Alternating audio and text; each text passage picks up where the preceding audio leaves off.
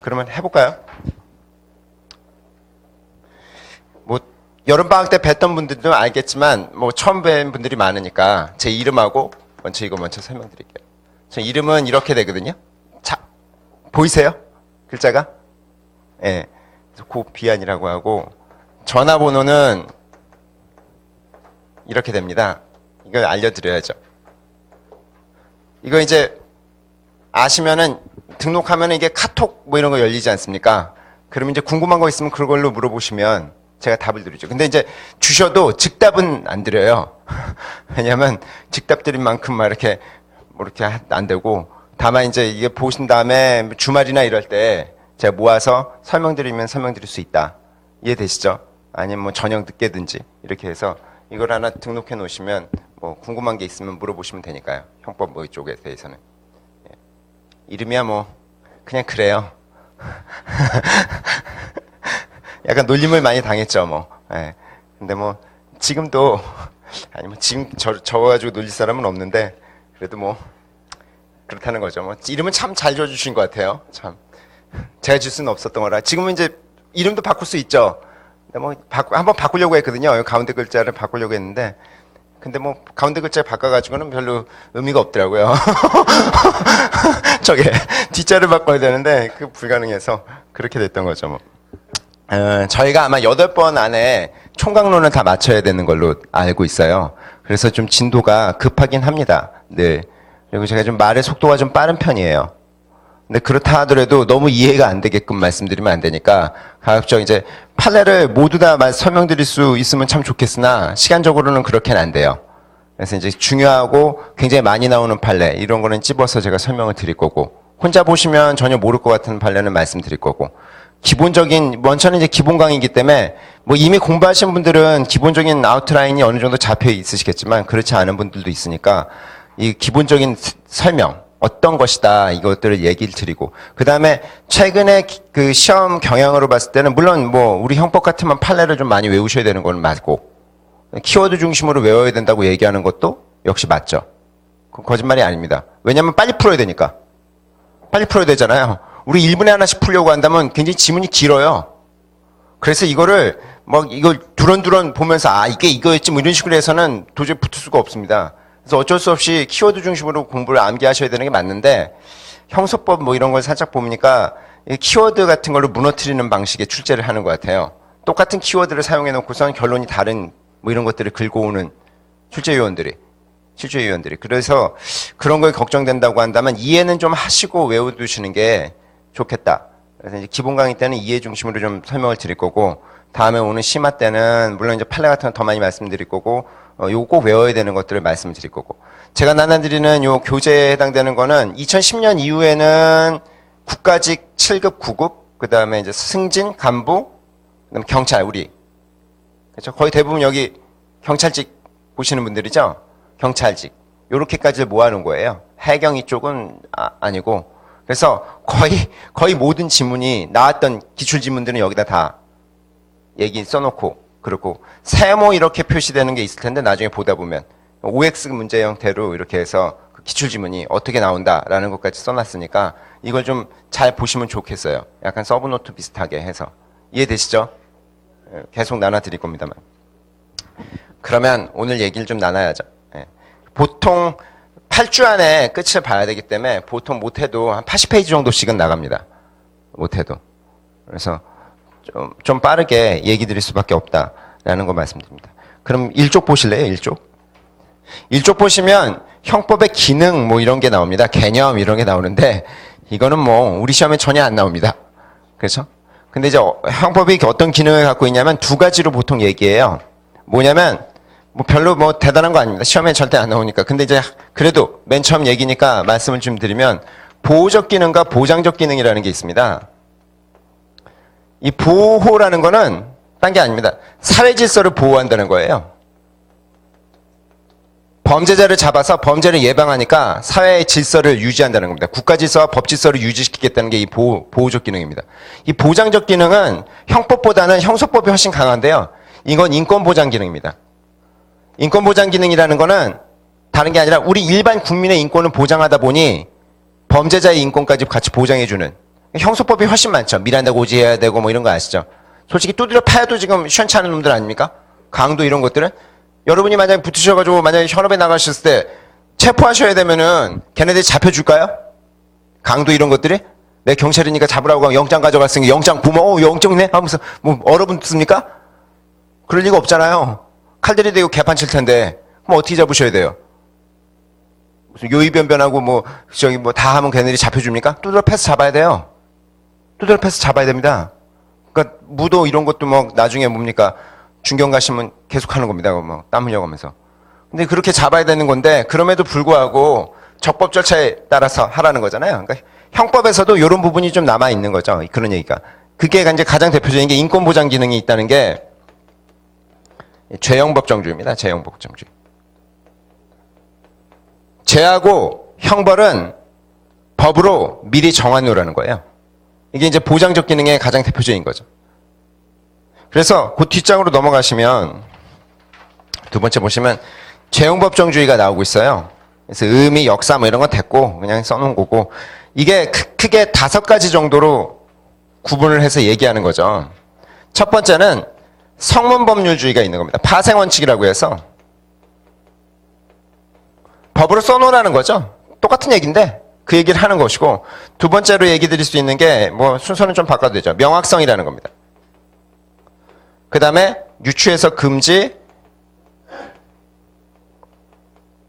그 다음에 이제 보통 적정성을 맨 밑에다 쓰시는 분들이 많은데 적정성 그 다음에 소급표 소급하지 말라 금지 이렇게 5가지 정도로 정리할 수 있어요. 근데 요 성문법률주의는 크게 2가지로 또 나눠집니다. 어떻게 나눠지냐면 포괄 위임 금지하고 하나는 관습형법을 금지한다는 걸로 나눠집니다. 이게 뭔 말이야? 뭐 아시는 분들은 아시겠지만 설명을 잠깐 드리면 죄하고 범죄하고 어떤 행동이 범죄가 되는지 그 다음에 어떤 그 범죄를 저질렀을 때는 어떤 형벌을 맞는지는 미리 써놓는다? 근데 어떤 걸로 써놓는다? 글자로. 법전화 시키라는 겁니다. 법전화. 근데 이 형법전이라고 해서 우리가 갖고 있는 것 외에도 형사특별법도 굉장히 많아요. 형사특별법이 뭐니까 폭력행위 처벌에 관한 법률 이런 거. 아니면 특정범죄 가중처벌법. 그 다음에 뭡니까? 특정 경제범죄 가중처벌법. 그 다음에 또 뭐 있습니까? 무슨 뭐 성폭력 특별법들은 되게 많죠. 아청법 같은 것도 특별법입니까? 아동청소년의 성보호에 관한 법률. 이런 거 어마어마하게 많아요. 심지어 단행법들도 굉장히 많습니다. 단행법은 뭐야? 그러면 형법이 아니고요. 다른 조항인데 뭐 사회보호법, 뭐 그 국민건강보험법 이런 거 아세요? 그런 거에도 국민건강보험법이라고 있습니다. 그런 거 안 해도 만약에 부정수급을 하면 이해되세요? 사회보장 이런 거 받는 거 있잖아요. 아니면 기초생활수급 뭐 이런 거 부정수급하면 처벌한다는 규정이 있을까요? 거기 있습니다. 그걸 벌칙규정이라고 부르거든요. 그런 벌칙규정은 다 우리 형사법으로 볼 수 있다. 벌금 뭐죠? 그 다음에 징역 그게 가장 대표적인 거잖아요. 9종류가 있어도 사실상 그거 2개로 다 돌려막는 거 아닙니까? 그 2개가 거의 다 알알이 박혀져 있습니다. 모든 법에. 우리가 한 4,300개 정도 단행법이 있다고 얘기하는데 거의 벌칙조항 없는 데가 없어요. 화장품법이라는 것도 있습니다. 화장품법. 거기에 뭐가 나오냐면 화장품 같은 거 사시면 여기 깨알 같은 글씨 있는 거 아세요? 아니면 무슨 과자 같은 거 먹을 때도 뒤에 보면 깨알 같은 글씨 있잖아요. 아무것도 모르겠는. 근데 그 글씨의 크기도 법에 정해놓은 거 아세요? 6폰트 이상으로 정해놔야, 뭐, 아니면 유통기한은 9폰트 이상으로 써놔야 된다, 이런 겁니다. 그거를 어기면요, 그것도 벌칙조항이 있습니다. 그럼 이 벌칙조항이 있는 것들은 모두 형법이다? 네, 모두 형법이에요. 근데 이제 우리가 그것까지 다 공부할 수는 없죠. 한두 끝도 없는데. 근데 이제 우리가 여기서 나오는 정도만, 이 교과서에 나오는 정도, 기출에 나왔던 것들 정도, 유추해석 같은 데서 그런 것들이 좀 많이 나오고, 어디 듣도 못한, 물론 다른 형법이 아닌 데서 막 얘기들 나오는 것들, 이런 것들이 몇 개 껴있죠. 근데 뭐 그거야 뭐 너무 겁먹지 마세요. 유추해석 같은 부분이 굉장히 많지 않습니까? 내용이? 근데 그 내용이 많아도, 제가 드린 이 교재는 딱 기출에만 나왔던 것만 모아놓은 거예요. 나머지는 안 갖고 오고. 그러니까 여기 있는 거 정도만 알아두시면 충분하다. 그러니까 법이 굉장히 많은데 거기 안에 다 써놓으라는 겁니다. 써놓으라는 거. 글자로. 글자로 안 써놓으면 처벌을 안 해요. 어려운 얘기가 아니죠. 근데 이 법률이 시험에도 한번 나왔던 얘기지만 이 법률이 뭐냐 그러면 법규명령이나 이런 게 아니라요. 이 법이라는 게 헌법을 기준으로 해서 법률, 법규명령이라는 게 있고 그 다음에 행정규칙이라는 게 있어요. 물론 이 행정규칙에는 혹시 공부하시는 분들 아시는지 모르겠지만 조례니, 지자체가 만드는 조례니 이런 것들이 있습니다. 근데 이게 하이라키, 즉 뭐냐, 계층도를 이루고 있거든요. 계층도를. 그래서 제일 높은 게 뭐다? 얘거든요. 얘가 얘를 이기지 못해요.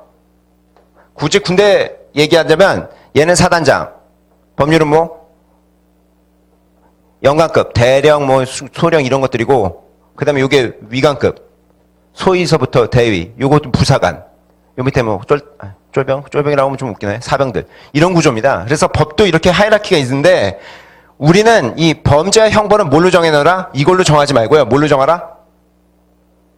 법률로 정하라는 겁니다. 법률로. 얘네 둘로 정할 수가 없어요. 헌법은 이런 걸 정해놓지도 않고요. 워낙 높은 사람이라. 그래서 이 두 개로 정해놓지를 않고 요걸로 정하라는 겁니다. 그래서 요걸 뭐라고 하냐면 요거는 누가 만들 수 있냐면 국회가 제정합니다. 국회가. 국회가 제정하는 법을 뭐라고 부르냐? 형식적 법률이라고 불러요. 요게 한번 시험에 나온 바가 있습니다. 성문법률주의라는 얘기는 형식적 법률로 정해놓으라는 겁니다. 형식적 법률이라는 게 딴 말이 아니에요. 누가 만든 법?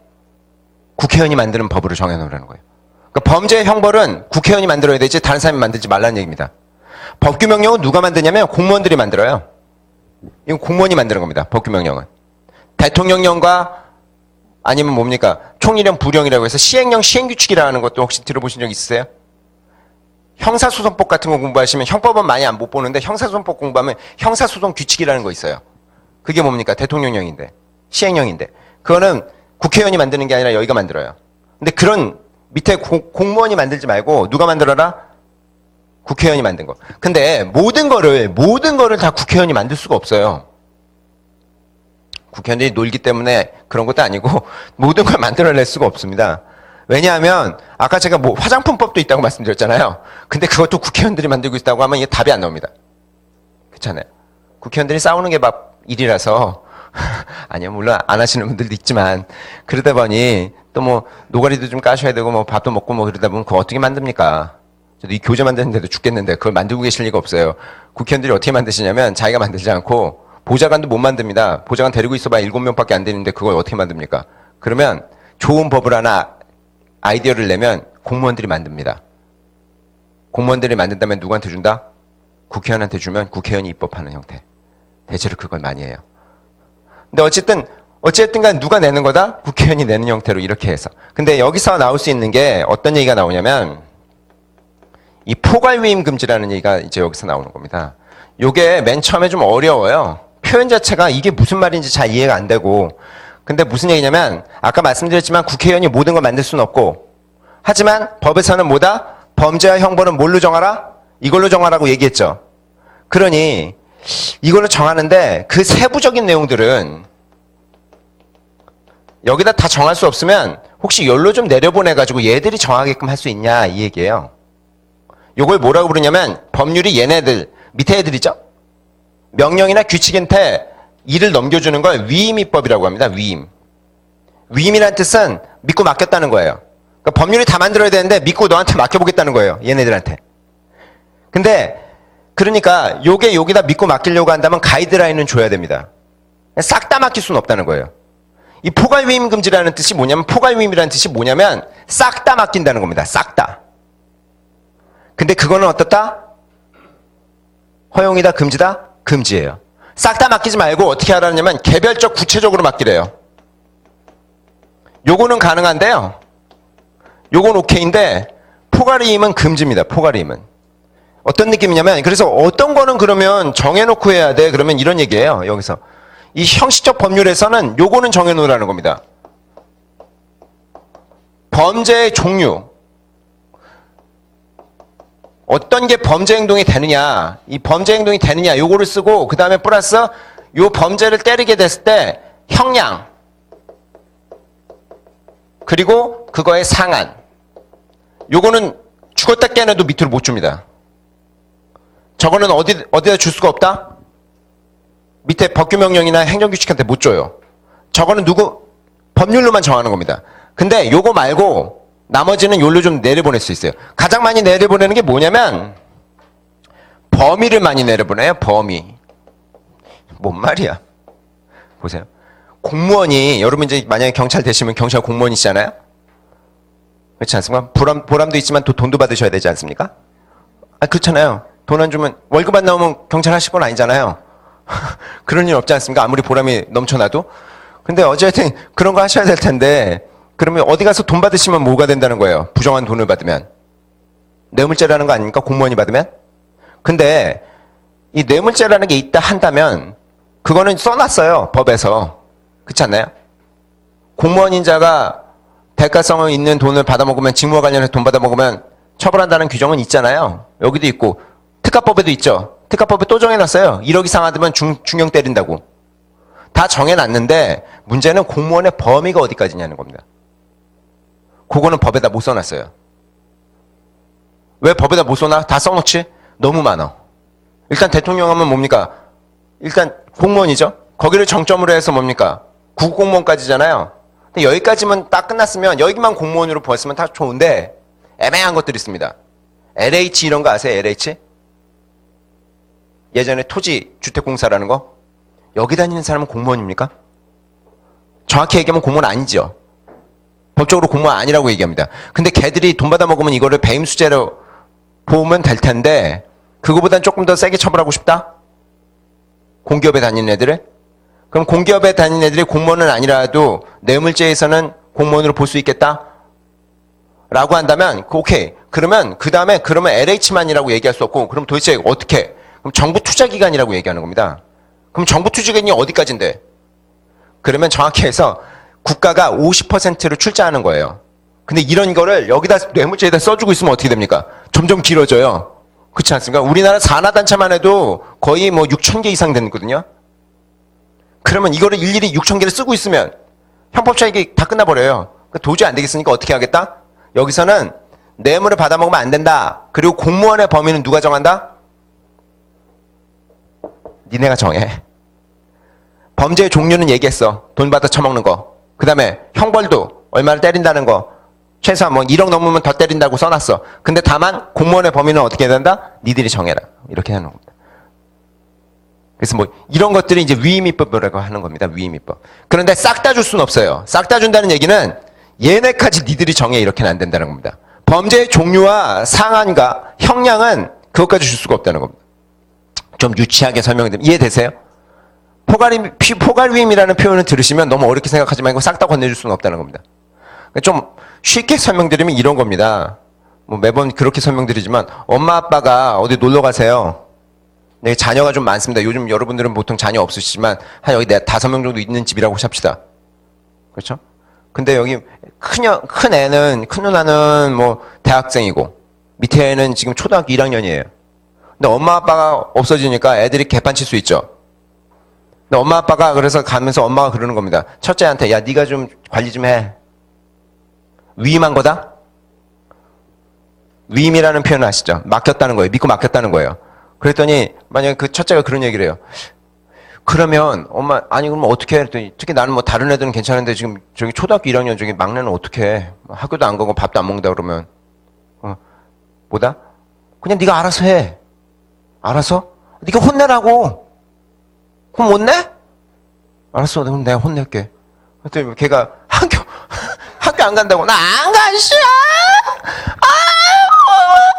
이러면 뭡니까? 아까 혼내라고 그랬죠? 엄마가 혼내라고 그랬죠? 그럼 어떻게 혼내실래요? 그럴 때, 일로 와. 뒤질라고, 씨. 7살짜리. 아가리 안 닥쳐? 뒤질래? 이 새끼가 하면서 막 좁힌다. 아, 죄송합니다. 표현이 안 좋아서. 그러면, 엄마가 왔더니 애 이빨 다 날라가 있어요. 강남이. 7살짜리 왜? 그랬더니 아니 학교 안 간다고 그래서 엄마가 혼내라며. 뚜더 패치 좀. 이게 좀이냐? 그랬더니 뭐 알아서 하라며. 여기서 얘기하는 포괄위임이라는 게 이렇게 싹 주면 안 된다는 거예요. 그럼 얘가 어떻게 만들 줄 모른다는 겁니다. 그러니까 가이드라인을 줘야 된다는 거예요. 어떻게 학교 안 간다고 그러면 어떻게 회초리 2대 때려 뭐 이런 거. 이해되세요? 세대 안 돼? 세대까지 때리지 마. 표나. 밥 안 먹으면 밥 주지 마. 그럼 때려? 때리지 마. 밥 안 먹는 거 가지고 뭘 때리냐, 사람이. 요렇게. 이해되세요? 범죄 종류, 그 다음에 몇 대까지 때리느냐, 이걸 다 정해서 줘야지만 된다는 겁니다. 그러지 않고 싹 다 주면 안 된다라는 거예요. 어렵진 않죠, 개념은.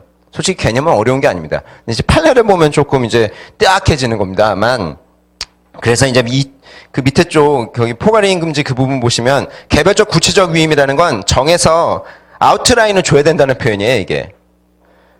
맨 밑에 줄 보시면, 그래서 맨 밑에서 두 번째 줄 보시면 형벌의 종류와 상한과 폭은 명확히 하고 세부적 내용을 밑으로 주는 거다. 네. 못 주는 거 뭐? 형벌의 종류와 형량, 그 다음에 상한과 폭은 못 주는 겁니다. 그건 못 줘요. 넘어가실까요? 그래서 포괄위임 금지라고 얘기하는 거죠. 그건 뭐 어려운 얘기가 아니라서 이제 충분히 아실 것이고, 근데 거기 보시면 동그라미 2에 그거 좀 봐주세요. 위임 근거가 없어서 무효였더라도 사후에 법 개정으로 위임 근거를 부여받으면 그때부터 유효하다는 표현이 나와요.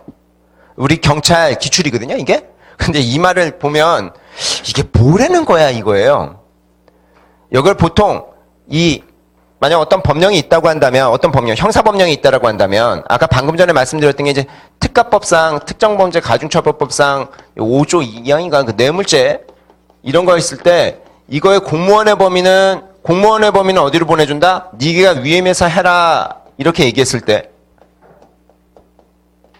공무원의 범위는 니들이 좀 만들어봐 라고 해서 정하라고 했을 때 이렇게 위임을 줬으니까 얘가 공무원의 범위를 정할 거 아닙니까?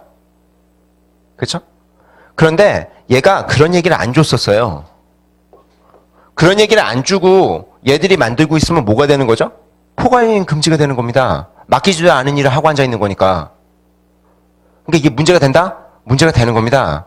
근데 한참 만들고 있다가 위임 근거가 없다는 겁니다. 거기 보시면 줄친데 보면 위임 근거가 없는 상태라는데 지 혼자 막 만들고 맡기지도 않은 일을 지 혼자 막 하고 있었다는 거니까 이건 포괄위임 금지 문제인데, 근데 막 만들어질 때쯤 뭘 줬다? 법이? 근거를 제공했다? 사전에 줬으면 좋은데 그러지 않고, 만들기 전에 줬으면 좋은데 그러지 않고 뭐다? 한참 만들고 있을 때 그때 아웃라인을 줬다는 거예요. 그래도 어찌됐든 하자는 치유된다? 그렇게 이해한다는 겁니다. 그래서 위임근거가 부여되면 그때부터 유효해요. 그러니까 쉽게 아까 말씀대로 얘기했냐면 엄마가 그냥 네가 알아서 해 이렇게 하고 갔어요. 그러니까 포괄위임 금지 상태죠. 근데도 좀 걱정이 됐던 겁니다. 엄마가 가는 길에. 어떻게 하고 왔어? 아빠가 그러니까 그냥 알아서 하라고 그랬는데 알아서 하라고 그러면 어떻게 해? 아직 대학교 1학년에 아직 애야. 그래서 어떻게? 내가 전화 줘봐. 그래서 걸어서 네가 잘해야 되는데 그렇게 너무 때리지 말고 밥 안 먹으면 그렇게 나중에 위임 근거를 주는 거죠. 그러면 그때부터 문제가 없다? 네. 이해되시죠? 그 얘기입니다. 그 표현이 이렇게 나오니 알아두셔야 돼요. 위임 근거를 처음에 못 받았다 하더라도 사후에 받았더라도 괜찮다? 괜찮다는 걸 이렇게 표현하는 겁니다. 위임 근거를 부여받으면 그때부터 유효하다. 물론 그 전에는 유효하지 않은 거지만 그때부터는 유효하게 되는 거다라는 얘기입니다. 그래서 포괄위임 금지와 관련 판례는 그 5가지밖에 없는 겁니다. 더 없는 거야? 예. 제가 확인해 본 바에는 요거 5가지밖에 없어요. 그동안. 그러니까 요거 가지고 돌렸었던 겁니다. 문제들. 그래서 거기 보시면 거기 보시면 국가 7급 또는 무슨 경찰 승진 이렇게 제가 써놨죠. 그러니까 보시면 좀 편한 게 경찰 14, 승진 14 만약에 이렇게 돼 있으면 이게 자주 나오는 거는 한 번 나온 것과 자주 나오는 게 눈에 보이시잖아요. 이해되세요? 물론 이제 우리 경찰 시험은 1, 2로 나눠져 있어서 1과 2를 나눠서 이렇게 쓰려고 했는데 그런 게 너무 귀찮아서 그렇게는 안 했고, 대체로 1년에 2번 연타 나오는 거는 많지 않아서, 근데 이제 요 정도 나오면 한 3, 4개가 넘어가면 자주 나오는 거다라고 하시면 그건 좀 중요한 거라고 보시면 돼요. 제가 뭐 별표 쳐놓지 않아도 뒤에 많이 붙는 거 있거든요. 기출 여러 군데서 많이 썼던 것들. 그러면 요거는 외워야겠구나 이렇게 생각하시면 됩니다. 근데 하나 정도 있는 거 아예 없는 건 없습니다. 여기 담은 건 전부 보니까 한 번이라도 기출로 나온 겁니다. 10년대 2010년 이후로 하나 정도 나오는 거는 외워두시면 좋으나, 뭐 외워야죠 물론 시험 붙으려면. 그러나 만약 하나짜리를 외우시려고 한다면 순서입니다. 경찰권 반드시 외우시고, 이해되시죠? 그 다음에 승진을 외우셔야 돼요. 그 다음에 간부를 외우시고, 그 다음에 국가직입니다. 왜냐면 그 승진하고 우리 경찰 기출은 워낙 잘 나오는 것이고, 승진 기출은 갖다 써요. 돌렸어요, 서로가. 간부는 조금 어렵다고 생각해서 뭐 안 쓰는 경우도 있고, 그러니까 순서대로 외우실 때 요거 보시고 나서 경찰이라고 되어 있는 건 한 번씩 꼭 외우셔야 될 거고, 이해되시죠? 그 다음엔 승진 파트까지 외우시고 뭐 국가직 같으면 그냥 한번 보시고 말면 되는 겁니다. 3번 보시면 그래서 그 포괄위임 금지의 판례라고 해서 보세요. 법률주의에 위배된다는 건 성문법률주의에 위배된다. 그거는 포괄위임 금지. 요거를 하나 좀 설명을 드려야 될 것 같아요. 여기 먼저 말씀드리기 전에. 저기 있죠. 어떤 걸 말씀드려야 되냐면 이게 저도 그랬는데 말장난에 속습니다. 늘 그렇죠 뭐. 근데 시험도 역시 마찬가지죠. 보시면 우리가 이제 재형법정주의에 반한다 이런 표현 쓰지 않습니까?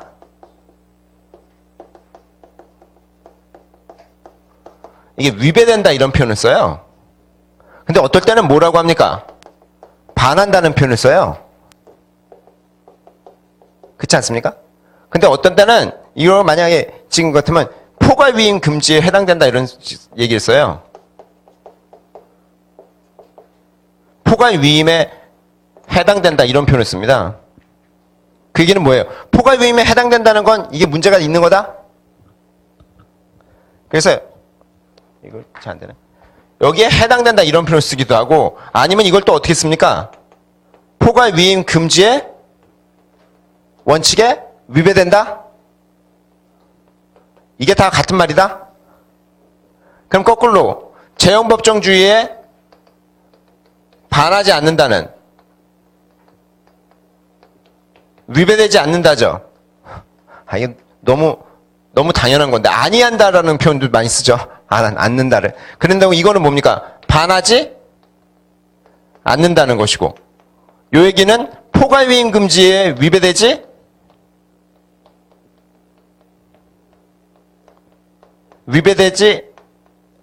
않는다는 것이고 포괄위임이 아니답니다.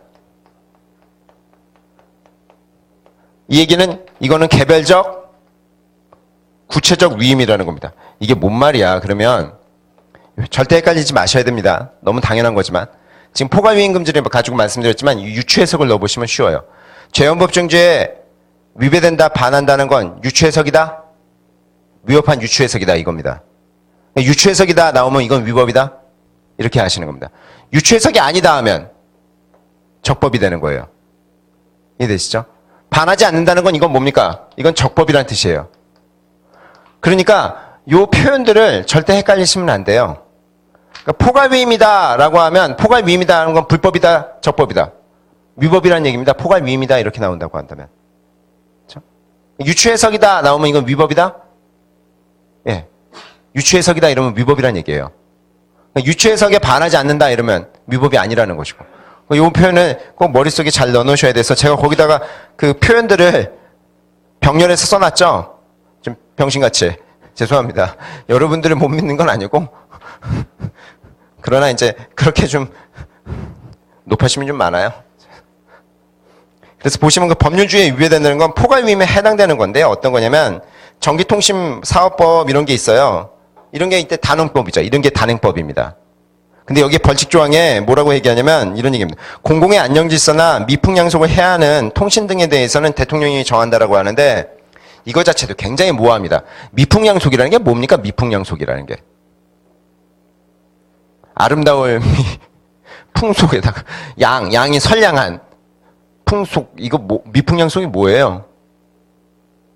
제 얼굴은 미풍양속에 적합한 얼굴입니까? 미풍양속을 해치는 얼굴입니까? 대체로 해칠 가능성이 높을 것 같은데 어쨌든 이거 알 길이 없는 얘기예요. 이 알 길이 없는 얘기를 이 알 길이 굉장히 모호하죠. 대충은 압니다. 미풍양속이라니까 좋은 얘기. 하지만 굉장히 알 길이 어려운 얘기를 누가 정해라고 얘기했다? 대통령령으로 정하라고 하면 도대체 뭘 정하라는 거예요? 싹 다 정하라는 거예요. 네가 알아서. 그렇지 않나요? 반바지는 미풍양속에 해치는 겁니까? 무슨 개소리 반바지 얼마나 좋고 편한데 그렇지 않나요? 그런데 그러니까 알 길이 없어요. 그렇지 않나요? 이거를 여기서 다 정하라고 하면 뭐라는 거예요? 그렇게는 안 되겠다는 거예요. 그렇게는. 근데 그래서 그건 안 된다는 것이고 된다는 것들 좀 보시면 된다는 것 중에 이제 2번이 중요하니 보시면 공공기관 운영에 관한 법률에서 공기업의 임직원으로서 공무원이 아닌 사람을 규정하는데 즉 아까 말씀드렸던 거죠? 공무원이 아닌 사람 중에서도 돈 받아먹는 거를 뭐에 해당되는 걸로 본다? 공무원으로 봐서 처벌하겠다는 거죠. 그거를 어디가 정하라고 했다? 그 범위를 기획재정부 장관의 고시로 정하라고 했다는 거예요. 여기에 만약 여기에 포함되면 뇌물죄를 적용받게 되는 거 아닙니까? 배임수재나 이런 걸 적용받는 애들이. 뇌물죄가 배임수재보다 좀 더 빡센 건 아시죠? 규정이. 배임수재는 어떤 성질을 갖냐면 부정한 청탁이라는 게 필요해요. 근데 물론 뇌물죄 같으면 뭐예요? 뇌물죄 같으면 물론 대가성이라는 얘기 비슷하지만 부정한 청탁이 인정이 안 되면 배임수재는 안 되거든요. 그러니까 훨씬 더 뇌물죄가 가벌성이 높은 겁니다. 처벌이 더 쉬워요. 그러니까 제가 만약에 LH든 아니면 뭐 있을까요? 공기업 좋은 거 뭐 있습니까? 여러분 다 경찰로만 올인하셔가지고 그렇죠? 공기업 같은 거는 공기업 같은 그런 거지 같은 것들을 생각 안 해서 뭐 공기업 뭐 있겠죠. 무슨 뭐 시설공단 아니면 도시공사 이런 것들 많잖아요. 이런 것들을 포함시켜버리는 순간 이 임직원들을 포함시키는 순간 이 사람들 입장에서는 어떻다? 뭐 어디 가서 돈 받는 게 진짜 무서워지는 겁니다. 근데 이거를 규정을 법에서 정하지 않고 누가 정하라고 했다? 고시. 장관이 정하라고 얘기했어요. 그럼 문제가 있는 성질이지만 여기서 문제가 없다고 얘기하는 이유는 가이드라인은 좀 줬습니다. 가이드라인은 좀 줬어요. 뭐냐면 형벌에서 얼마나 때린다는 것과 돈을 받아먹는다는 거는 문제가 있다는 것까지는 다 정해놨고 다만 뭐다? 요것만 정하라 라고 얘기한 거니까 요 정도는 어떻다? 비교적 개별적이고 구체적이다? 싹 다 준 거라고 보지는 못하겠다라는 얘기입니다. 요런 게 이제 보통 그냥 농협 중앙의 정부관리 기업체로 규정하는 것들 이런 것들이 대체로 포괄이익 금지에 반하지 않는 괜찮은 거라는 얘기죠. 그 다음에 관습회법 금지 얘기 드려야 되는데 관습회법 금지라는 거는 여기 다 지워버렸습니까 제가? 성격이 급해서 다시 써야죠.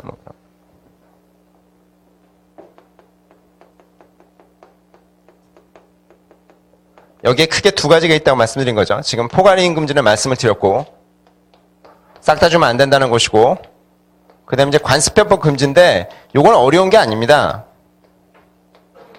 성문법률주의이기 때문에 관습법으로 형벌을 정하지 말라는 거예요. 관습법은 민법에서는 참 좋아하는 편입니다. 근데 우리가 민사법을 공부하진 않으니까. 심지어 상사법에서는 상사라는 건 이제 상법 종류에서는 상사 관습법이 먼저 적용돼요. 민법보다. 관습법이 더 중요한 부분이 있을 수도 있어요. 실은. 근데 우리 형법에서는 철저하게 관습법을 사용한다 안 한다. 안 한다는 거예요.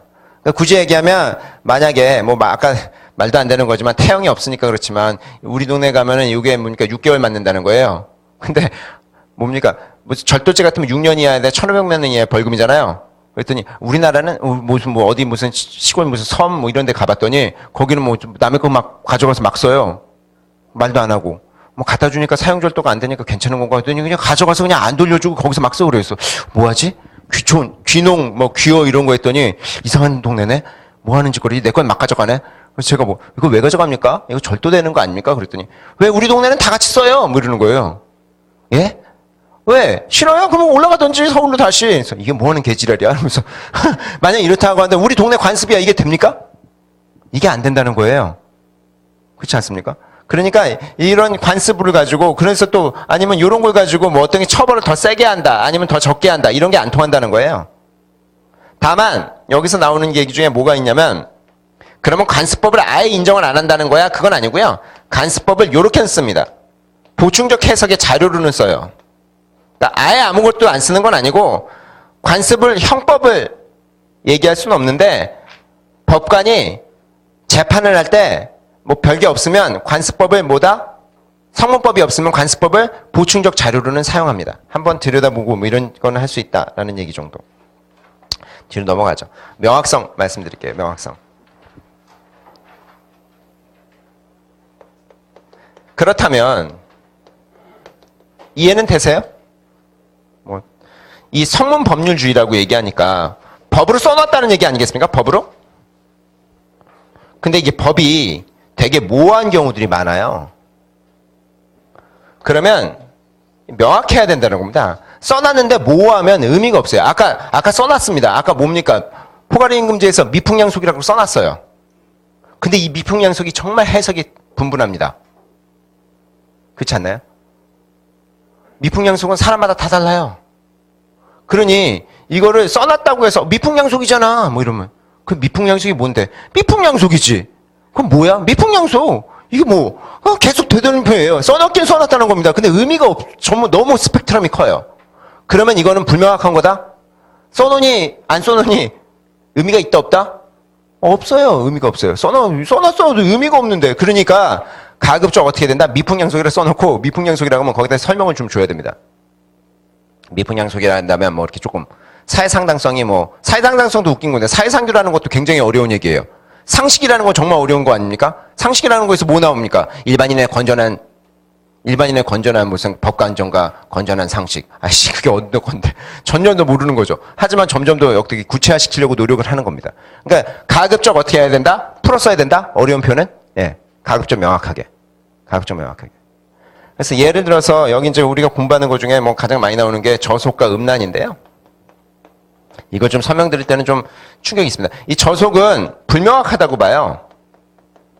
그래서 이게 한번 맞았던 거죠. 명확성에 위반된다. 명확성 원칙에 위반된다라는 표현을 받았던 거고, 위배된다라고 돼버렸던 거고, 반한다 이렇게 된 거고, 이 음란은 비교적 명확하다는 얘기를 했습니다. 그래서 명확성에 반하지 않는다 이게 된 거죠. 나머지 것들도 있지만 이 두 가지가 극명한데 보세요. 어떤 일이 있었냐면 1990년대입니다. 1990년대. 1990년대면 여러분이 탄생하실 때쯤이죠. 이미 태어나 계신 분도 있겠고 아직 안 태어나신 분들도 있었던 그 1993년 요때쯤입니다. 요때 특징이 뭐냐면 인터넷이 없어요. 텔레비전이 종일 방송을 하지 않았습니다. 그럼 뭐하고 살았어? 그러면 집에서 누워 있었어요 그냥. 집에서 누워서 근데 그때 날개 돋친 듯이 팔린 게 하나 있습니다. 우리 여하고들도 계셔서 죄송한데 그때 음란 만화 이런 거 있죠. 야한 만화책. 근데 야한 만화책 같은 거 저도 많이 다수 구매했었고 이렇게 어디 이렇게 밑에 데 가봤더니 우리 형도 다수 구매해놨더라고요. 똑같은 걸. 그래서 어머? 우리 아버지 방은 또 했더니 또 나오네? 와 우리는 정말 부자네. 막. 그쵸 부자. 리치가 아니라 아버지 아들이었구나. 그래서 역시 근데 그런 게 굉장히 잘 팔렸어요. 너무너무 잘. 혹시 뭐 맥심 이런 거 아세요? 굳이 얘기하면 그런 게 너무너무 잘 팔렸습니다. 왜? 다른 루트가 없었거든요. 그러다 보니 요거 일본 만화 이런 거를 그냥 무분별하게 갖고 와서 막 해서 만들어서 팔았어요. 출판물법에서 출판물의 관리법 뭐 이런 게 있었는데 거기서 음란하거나 저속한 출판물은 이걸 만든 놈들은 어떻게 한다? 만들어서 판 놈들은 다 처벌한다는 규정이 있었습니다. 그래서 제가 어떤 놈이었냐면 만약 이런 겁니다.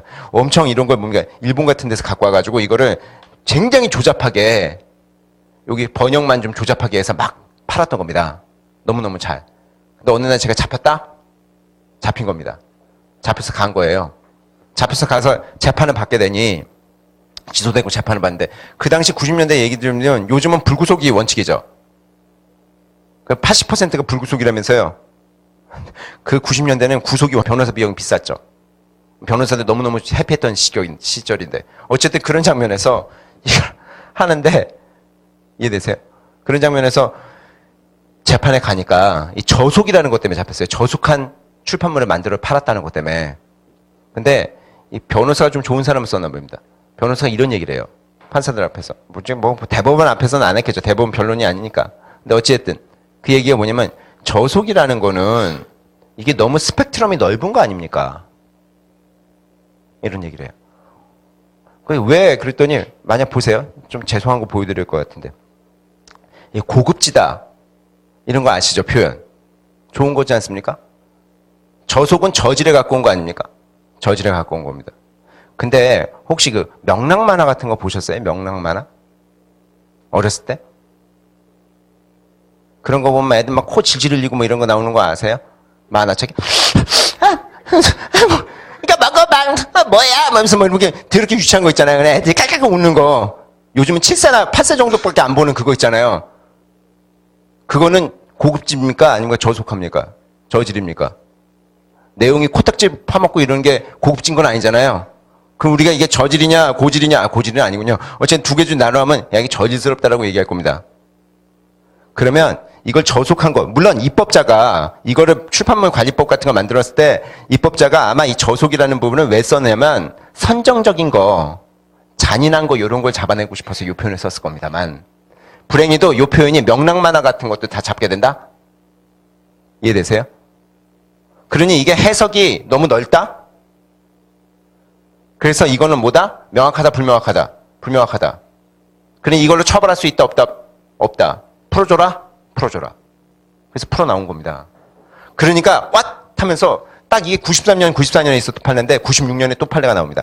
그랬더니 음란이라는 표현을 넣게 되니까 이 음란에 야 음란도 이게 모호하지 않냐 해서 다시 한번 붙은 거예요. 잡혀온 놈들이 많았으니까. 음란도 이게 모호하지?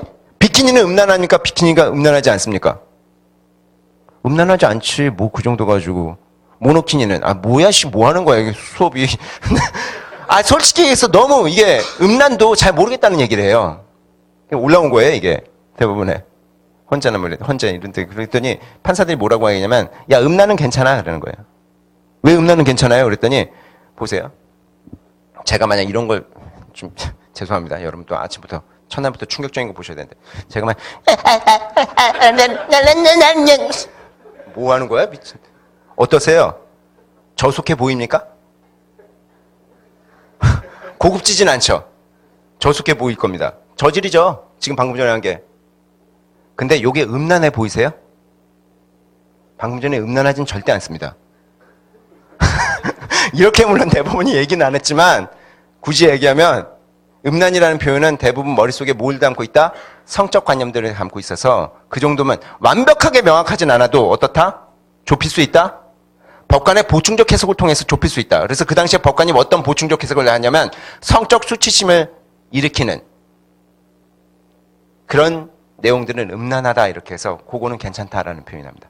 그래서 그 다음부터 입법에서는 이 음란성과 관련된 것들은 성적 수치심을 일으키는 뭐 이런 표현을 꼭 넣기 시작했어요. 입법에. 그래서 조금이라도 더 명확해진 거다. 뭐 이런 게 명확성 원칙에 대한 얘기들이죠. 그래서 뭐 우리 거기 밑에 보시면 명확성도 우리 경찰 시험에서는 뭐 그 아동의 덕성 이런 게 한번 나왔죠. 아동의 덕성 같은 게 뭔지 모르겠다는 거예요. 아동의 덕성. 여러분은 아동이 확실히 아니시죠? 근데 우리 엄마는 저한테 아가 이렇게 부르세요. 애야 아가 아이고 저기 미친 말도 안 되지만 보는 사람마다 다르죠. 덕성은 뭡니까? 덕성은 대학교인데. 그러니까 이게 덕이라는 게 뭔지 모르겠다는 거예요. 너무 모호하다는 겁니다. 이해되세요?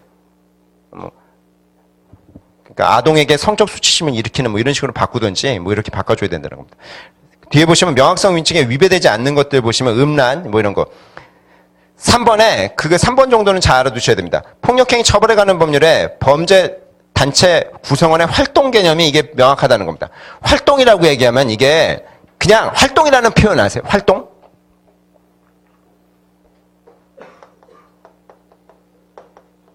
요 문자 그대로 활동이라는 거 얘기하면 어떤 느낌이 드세요? 활동?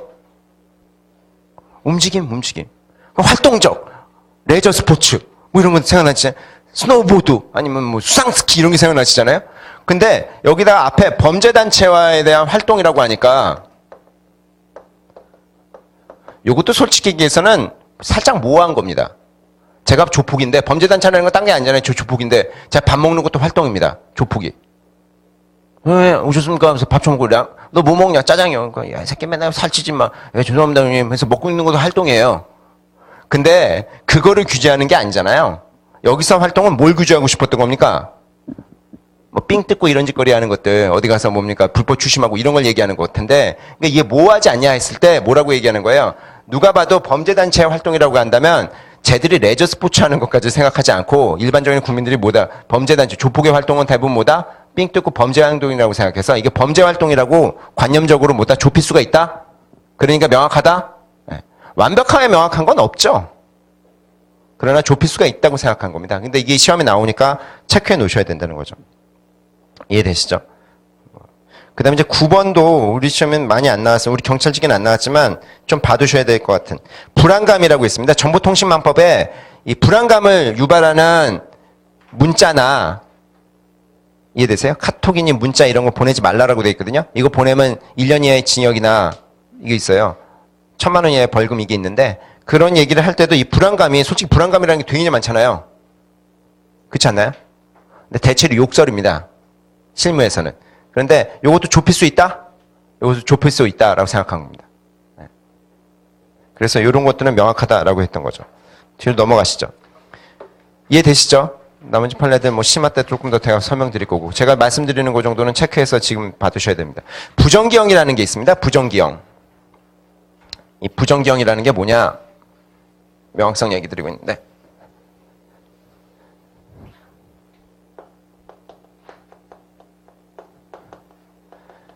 부 아니고 정해놓지 않았다는 거예요. 뭐를? 기한을. 기한은 정해놓지 않은 형벌을 때린다 이겁니다. 어떻게 때리는 거냐면 여러분들 다 19세 넘어가셨죠? 19세 아직 안 되신 분 계십니까? 미성년자 계세요? 뭐야 무슨 편의점도 아니고 네가 미성년자를 왜 쳐줘? 그러시겠지만 19세가 넘어가면 성인이 되면요. 범죄를 저질렀을 때 징역형이 떨어질 때는 어떻게 한다? 징역이나 금고 떨어질 때는 딱 정해서 해줘야 됩니다. 이걸 때려줘야 돼요. 정기형을. 너 1년, 너 3년, 뭐 집유, 뭐 아니면 너 1년에 집행유예 2년, 뭐 이렇게. 딱 이렇게 정해줘야지 이렇게는 안 됩니다. 네가 사는 거 봐서. 네가 잘하면 1년, 못하면 뭐 2년. 이런 건 안 돼요. 요걸 보통 뭐라고 부른다? 이 기간을 정해서 내리는 형벌을 뭐라고 부르는 거다?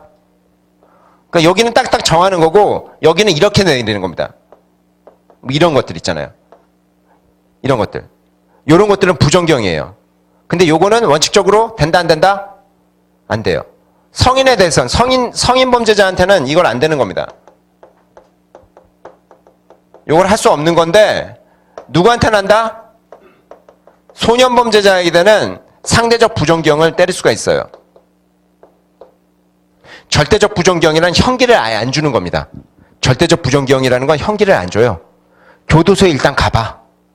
잘하면 뭐 오늘도 나올 수 있고 못하면 무기징역이지 뭐. 이게 절대적 부정경입니다. 근데 그런 건 안 되고 요렇게 이제 기간을 잘하면 1년 못하면 2년 이런 게 상대적 부정경인데 이것도 성인 범죄자한테 때릴 수 있다 없다? 성인 범죄자한테 절대 안 되고. 근데 누구한테는 가능하다? 소년범. 소년범이 몇 살부터 몇 살이야 선생님? 10살부터 19살까지 미만. 즉 정확히 이렇게 하면 18살이죠. 10살부터 18살까지 소년범에 대해서는 상대적 부정경을 때릴 수가 있습니다. 근데 뭐 더 정확히 얘기하면 14세 이상만 소년범죄자가 되니까 이렇게 봐야 되고 10세에서부터 13세는 사실상 내릴 수가 없는 거죠. 근데 이런 게 이제 소년법에서 내고는 상대적 부정경이죠. 이게 아마 그 형소법에서 더 많이 나오죠? 형소법에서. 그러니까 거기서 조금 더 보시면 되고 우리는 뭐 거의 안 나와요. 근데 이제 그런 개념이 있다라는 것만 설명드린 거고. 유추해석 금지에 대한 설명을 조금 드리다가 잠깐 쉬었다 와야 될 것 같은데 이 유추해석이 사실상 이제 첫 번째 시험에 있어서 재형법정주의 가장 핵심이 되는 겁니다. 재형법정주의에서는 사실상 이게 핵심이죠.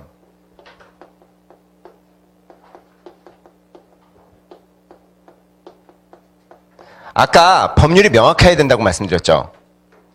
근데 이게 없으니까 남의 걸 꺼와가지고 이거를 들이대면 안 된다는 겁니다. 이 유추라는 거는 유사한 거를 추론해서 갖다 붙인다는 거예요. 근데 이거는 인간이 정말 좋아하는 겁니다. 유추라는 걸. 우리는 살면서 계속 유추를 통해서 학습합니다. 비슷한 걸 묶어요. 안 그러세요? 만약에 늘 이거 가지고 설명드리는데 누가 여자친구를 사귀었다, 남자친구를 사귀었다, 친한 친구가? 그럼 어떻게 물어보실래요? 잘 됐다 이런 얘기 보통 안 하잖아요. 에이씨 뭐 너 같은 것도 사귀냐? 뭐 사귀는 거 아니지. 그냥 네가 쫓아다니는 거지. 뭐 아니야. 뭐 어쩌고저쩌고 얘기하면 우리 결론은 뭐예요? 어떻게 생겼어? 그렇지 않나요? 여자분들도 묻지 않습니까? 남자친구 생겼다 그러면 그래 잘 됐다 뭐 이렇게 얘기하잖아요. 여자분들은 또 잘 됐다고 그러지. 네가 뭘 이렇게는 잘 안 하시더라고요. 속으로는 딴 생각하셔도 잘 됐다 그러면 어떻게 생겼어는 꼭 물어봐요. 그럼 어떻게 생겼어 하면 잘생겼어 하면 이것처럼 모호한 게 없습니다. 그냥 귀염상 이게 못생겼다는 뜻이에요. 귀염상이라고 하면 이거 정말 모호해요. 정말 모호하고 뭐 그냥 보통 남자답게 생겼어. 호남형이야 뭐 이런 것도 대부분 못생겼다는 얘기인데 근데 이런 하면 결국 어떻게 알아보실래요? 직접 와서 보면 최고고 사진이 있으면 최고인데 사진 같은 게 없으면 어떻게 알아보셔야 됩니까? 어떻게 알아보실래요? 그럼 비교해야 됩니다. 누구랑 닮았어? 누구랑? 우리 아빠랑. 그렇게 하면 몰라요 또. 연예인 중에 병신아 그러면 그렇게 되는 거잖아요. 말귀를 못 알아. 니네 아빠 니네 아빠 네 얼굴이겠지. 그거 아닙니까? 그러니까 이제 그러면 이제 뭐 현아 닮았어, 뭐 이렇게 뭐 아이유 닮은 것 같아, 뭐 이렇게 대부분 뭐 이런 식으로 나오면 봐봐야죠. 아이 무슨 유는 아이고 씨, 아이고네 아이고 뭐 이렇게 해서 대충. 근데 이게 유추예요. 그래서 이 유추는 굉장히 많이 사용하는 거고 학습에 가장 중요한 겁니다. 어렸을 때도 이걸로 배워요. 그렇지 않나요? 여러분 3살짜리 애가 있다고 사과를 설명하시려면 어떻게 하실래요? 사과를 3살짜리 애한테 설명해 보세요. 못하죠. 빨간 거야. 빨간 게 뭐야? 거기서부터는 진짜 죽는 겁니다. 빨간 거는 뭐 이게 빨간 건데 피지 피. 피 무서워. 이게 피가 빨갛잖아. 그럼 무서운 거야? 사과 무서운 거야? 아니야. 맛있는 거야. 그러면서 동그라면 공이잖아. 하면서 뭐 이렇게 줄줄 비슷한 거를 계속 무는 게 유추예요. 근데 이걸 많이 하는데 그래서 법에서도 이거 굉장히 좋아합니다. 인간이 제일 좋아하는 학습법이에요. 근데 이걸 하지 말라고 얘기합니다. 형법에서는. 실은 민법 같은 데서는 준용한다는 표현 쓰고 우리 형법도 그런 게 준용한다는 표현 있지만 비슷한 얘기입니다. 갖다 쓰는 거 진짜 좋아하는데 갖다 쓰다 보면 이게 문제가 되는 게 엄한 것까지 다 갖다 쓸까 봐. 이게 한계가 없이 다 갖다 쓸까 봐. 그렇지 않나요? 보시면 제가 누구랑 비슷한 것 같습니까? 연예인 중에. 비슷하다는 사람 몇 명 있어요. 김구라랑 닮았다. 그 정도 얘기죠. 그런데 그 정도까지는 갖다 써도 괜찮아요. 김구라 씨한테는 좀 죄송한 얘기지만. 근데 그 정도 얘기할 수 있는데 아니면 송영기 씨라고 아세요? 개콘에? 그분이랑 좀 비슷한 것 같다. 뭐 이런 게 그 정도까지는 괜찮은데 갑자기 제가 무슨 난데없이 무슨 뭡니까? 뭐 현빈을 갖다 대기 시작하면 에이씨 말도 안 되는 개소리 하지만 이거지만 나는 끝까지 갖다 댄다고 한다면 유추는 한계가 없어요. 너무 주관적이 돼버립니다. 그러니까 어떻게 하겠다? 끊겠다는 겁니다.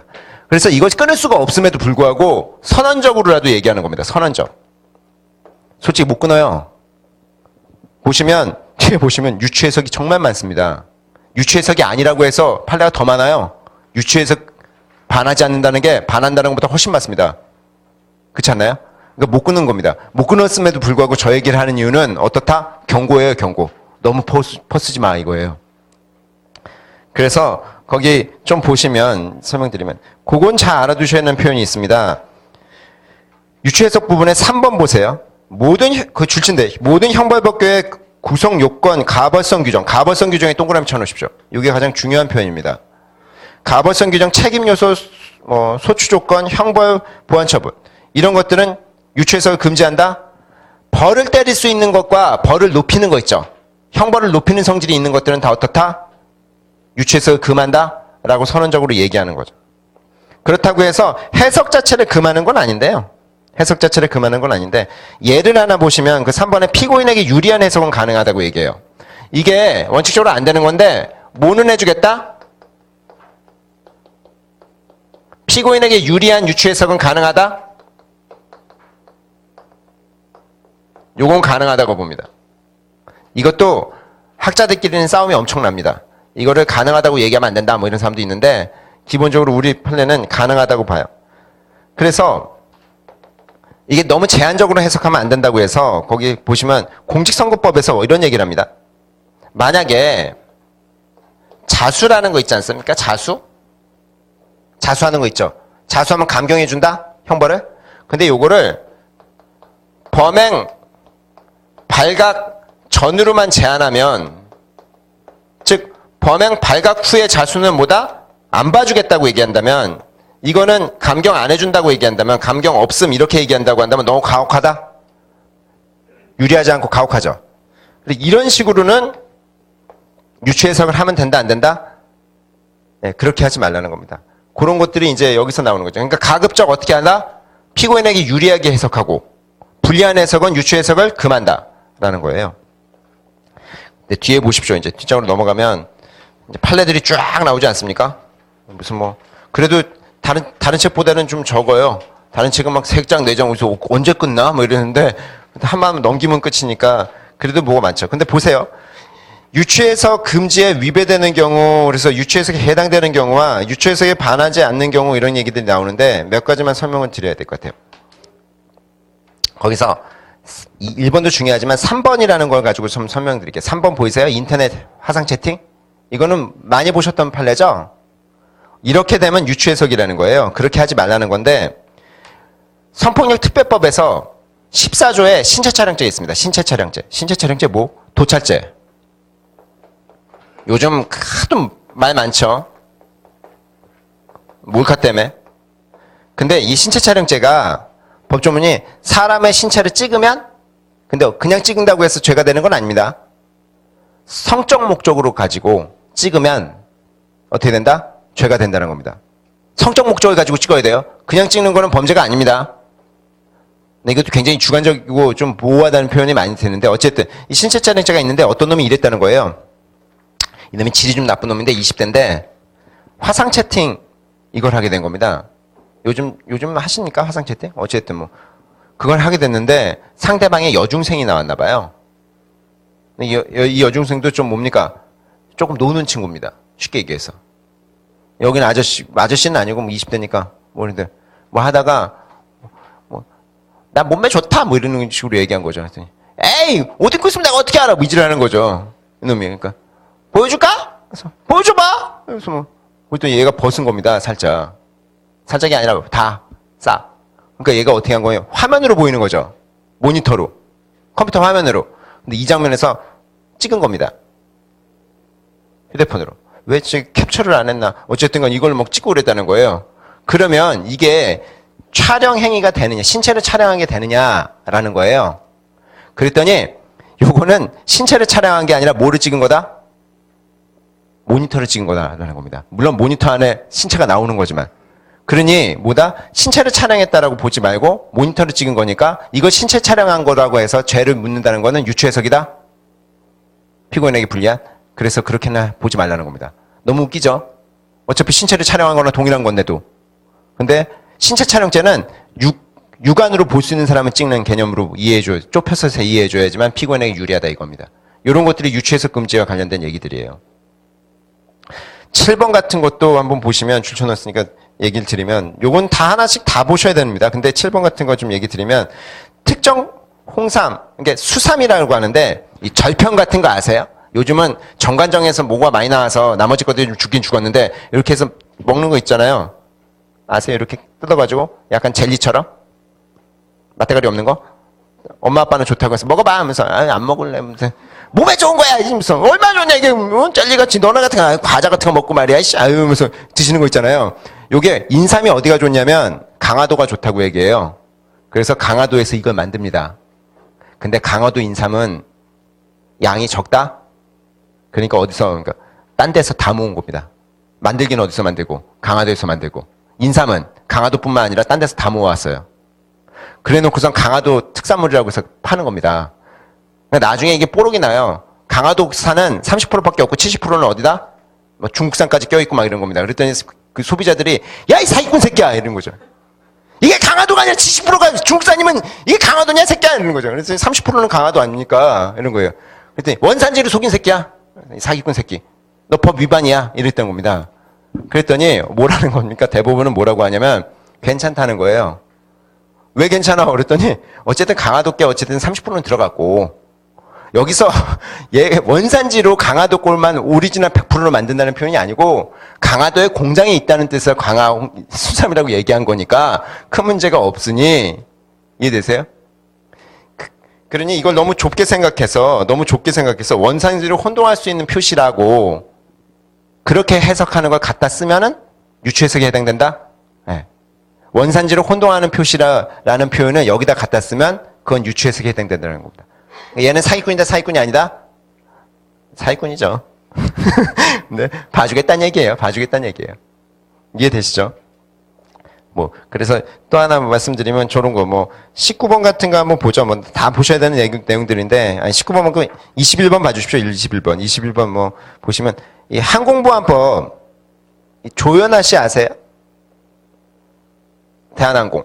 요번에 또 문제 되셨는데, 그분이 한 2, 3년 전에 큰 건수 하나 터뜨리셨잖아요. 땅콩 먹다가. 땅콩 그렇게 요란하게 드시는 분 처음 봤네. 그래서 했더니, 이게 뭐야! 하면서 비행기 돌려.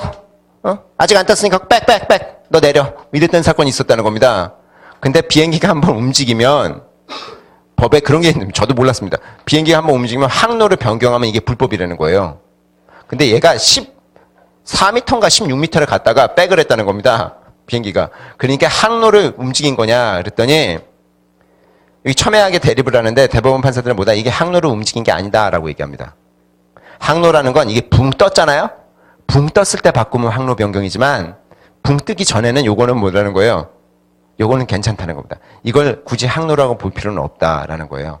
그래서 뭐다 항로라는 개념은 붕 뜬 건데 그게 아니라 밑바닥이라는 게 뭡니까? 그 공항 밑바닥을 슬슬 걷는 게 아니구나. 비행기가 어떻게 걸어? 그 슬슬 이렇게 움직이는 거 있잖아요. 이것도 항로에 포함시키는 걸로 유추 해석하면 너무 과하다? 그렇게 생각하지 마라. 떴을 때는 항로고 항로 변경죄가 왜 있는 거냐면 테러범 때문에 있는 겁니다. 테러범들이 항로를 변경시켜서 뭐 어떻게 하는 거예요? 갖다 꼬라박을까 봐. 근데 그거에 대해서 만들어 놓은 거니까 여기서 이렇게 쓱 움직이는 거 이런 것들을 가지고는 항로라고 얘기하는 건 과학 얘기다 이런 얘기를 한다는 거죠. 이해되시죠? 뭐 그런 얘기들이죠. 시간이 됐으니 잠시 쉬었다가 위배되지 않는 것도 설명드리고